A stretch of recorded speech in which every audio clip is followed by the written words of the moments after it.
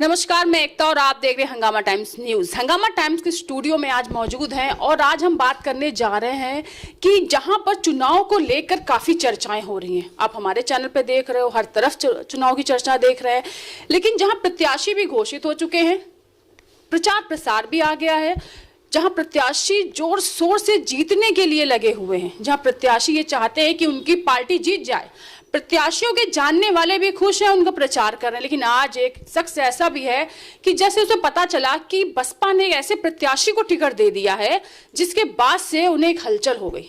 क्या अगर बसपा क्या सोच के ऐसे लोगों को टिकट दे रही है।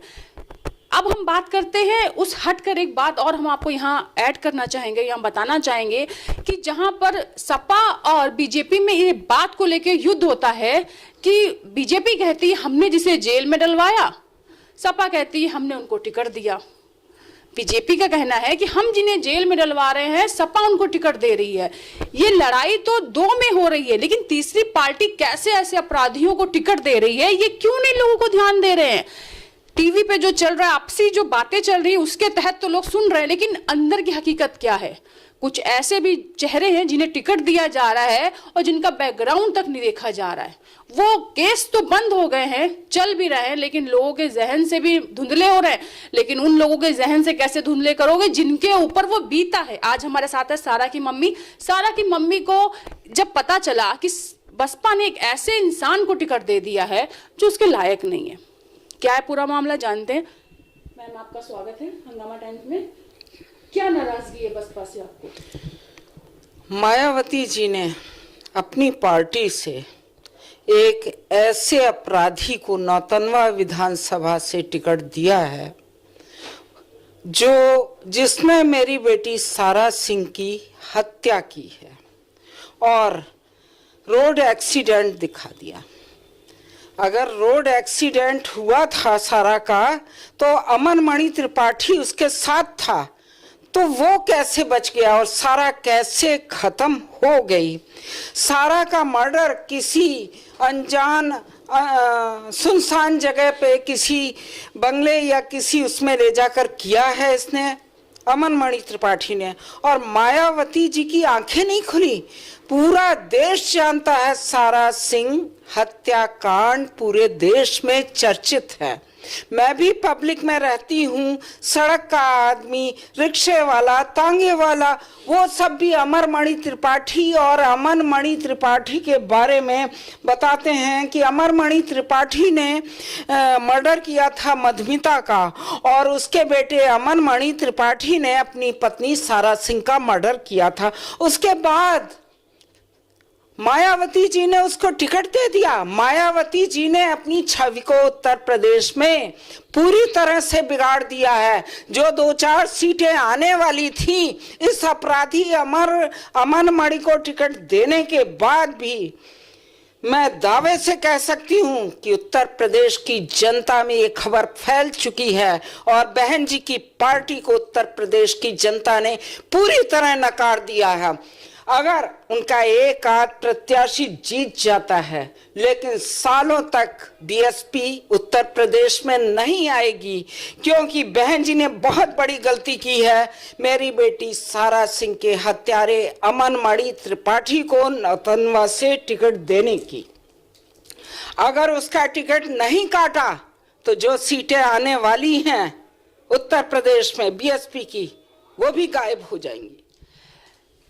उनका गुस्सा लाजमी है कि उनकी बेटी का हत्या हुई। सारा हत्याकांड बहुत चर्चित हत्याकांड है, जहां पर एक राजनीतिक परिवार पे उसका आरोप भी लगा, केस भी चला, केस चल भी रहा है, वो लड़ भी रही हैं।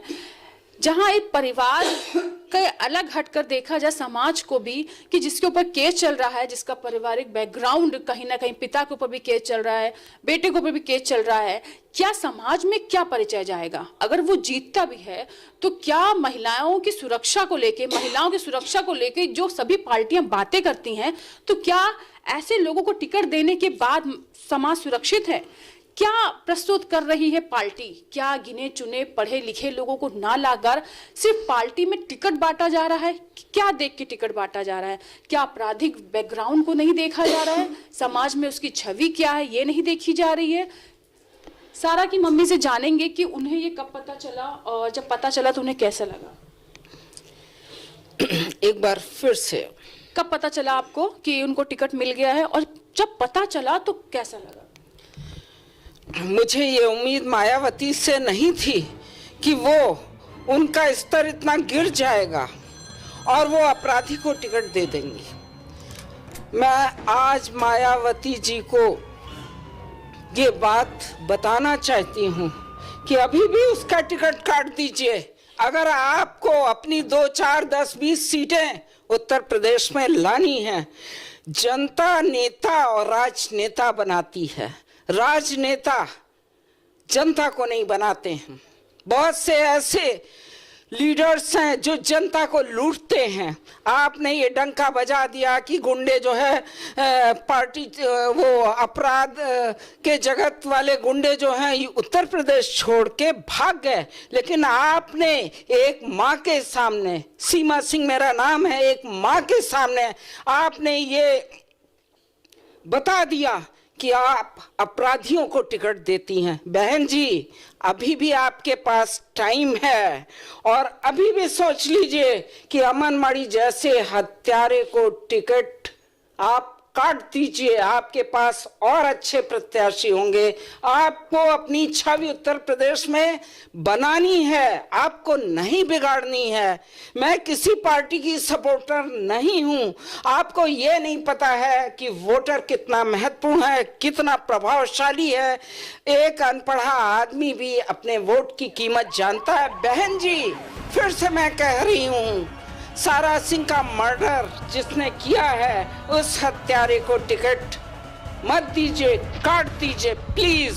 अगर आप मेरी भाषा, एक माँ की भाषा को समझती हैं, हमारी बात को जनता में पूरी तरह से पहले से मैंने बता दिया है। जनता, मैं आपसे मिलने आई थी, आप वोटर से नहीं मिलेंगी। आपका अस्तित्व वोटर से है बहन जी। उन्होंने जैसे कह रही हैं सीमा जी कि वो मिलने गई लेकिन वो उनसे मिली नहीं, अपनी बातों को रखने गई, लेकिन उन्होंने सुना नहीं। जो सुना नहीं तो मिली नहीं तो सुनेंगी कैसे? लेकिन सिर्फ बसपा ही क्यों, और भी पार्टियों को ये चाहिए कि वो अपने प्रत्याशी उतार रहे हैं तो उनकी छवि कैसी है समाज में, समाज में उनकी छवि पर समाज क्या कह रहा है, वोट क्या देख के आएगा। बाहुबलियों को वोट दिया जा रहा है, अपराधियों को वोट दिया जा रहा है। समाज क्या बाहुबलियों अपराधियों में चलता है? सज्जन या समान इंसान अपनी लड़ाई नहीं लड़ सकता क्या? हाँ, जनता उनको प्यार नहीं कर सकती? अगर हम कहें कि आप सभी को लेके कहिए कि बहुत सी पार्टी ये करती हैं कि बाहुबलियों को, अपराधियों को टिकट दे देती हैं, तो सिर्फ अगर हम अमन को छोड़ दें, और भी पार्टियां हैं जो अपराधियों को दे रही हैं टिकट, उस पे क्या कहेंगी आप? देखिए, जो भी पार्टीज हैं अगर अपराधियों को टिकट दे रही हैं तो इसका फैसला जनता करेगी, राजनेता नहीं करेंगे और ना पार्टीज करेंगी। और पार्टीज को ये पता नहीं होता है कि जनता क्या फैसला करेगी। सीमा जी ने अपने दुख के साथ ये बताया कि वो लंबी लड़ाई लड़ रही है सारा हत्याकांड को लेके, जहां कानून से उनकी लड़ाई है, समाज से उनकी लड़ाई है। अब जो लड़ाई शुरू हुई है वो सरकार से भी है। इतना कहने के बावजूद भी उनको बसपा के द्वारा टिकट दिया गया। एक परिवार जहां अपनी लड़ाई लड़ रहा है, वो संघर्ष कर रहा है, लेकिन दूसरा परिवार जो अपराधी है, जिसपे कहीं ना कहीं अपराध साबित भी होता है, लेकिन उसको पार्टियां टिकट दे रही हैं, बुला के सम्मान के साथ बैठाल रही हैं, उठ रही हैं, उसके साथ प्रचार प्रसार कर रही हैं। समाज में इसका असर क्या पड़ेगा? क्या जनता चाहती है कि बेटियों की सुरक्षा को लेकर हर पार्टी खड़ी होती है? बेटियों की सुरक्षा के लिए उत्तर प्रदेश से लेकर दिल्ली तक, दिल्ली से लेकर पूरा देश में महिलाओं को सर्वोपरि रखा जाता है। तो महिलाएं सर्वोपरि कैसे होंगी? जिसका बैकग्राउंड में महिलाओं से अपराध हो रहा है, जो मंत्री महिलाओं से अपराध कर रहा है, वो और महिलाओं को साथ कैसे सुरक्षित रख सकता है? महिलाओं को सुरक्षा रखने के लिए महिलाओं को आगे बढ़ाना पड़ेगा, या महिलाओं को भी इतना सतर्क होना पड़ेगा, सही गलत का फैसला लेना पड़ेगा। अभी मुझे इजाजत दीजिए, सारा की मम्मी के साथ, सीमा जी के साथ मैं अभी आपसे इजाजत लेना चाहूंगी। और सीमा जी का कहना है कि इस बात से उनको काफी तकलीफ हुई है कि बसपा ने एक अपराधी को टिकट दिया है, एक प्रत्याशी नहीं, अपराधी उतारा है।